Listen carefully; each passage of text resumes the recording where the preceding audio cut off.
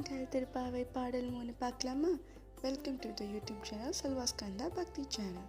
ஓங்கி உழக்கிழந்த உத்தமன் பேர் பாடி நாங்கள் நம் பாவைக்கு சாற்றி நீராடினாள்.